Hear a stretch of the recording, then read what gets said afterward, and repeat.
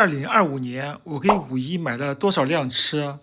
作为一个理工男爸爸，我昨晚拉了一份年度库存报告，结果把自己吓了一跳，1000辆。光是买这些小车的钱，感觉都够买好几个平方的学区房了。这也是我今年最疯狂的地方，五一的私人车库。以前我觉得，不管是去商场还是旅游，孩子要买车，如果不买，就是对他不好。但是用数据一分析，我发现这些车分两类。第一类是平时逛商场，为了让它安静一会儿，随手买的几十块钱的小车。这类车现在的存活率几乎扫头找不到了，基本都这不叫玩具，这叫情绪安抚，是我今年最大的不良资产。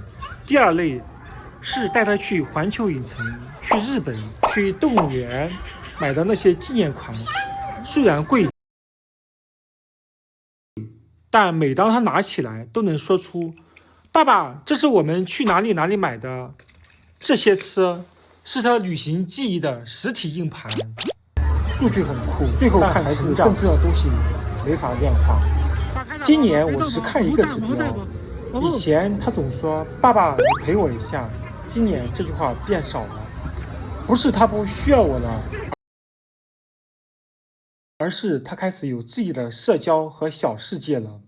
所以算完这笔账，我的2026商场里的烂车坚决少买，但带他看世界的那些回忆再贵也值得买。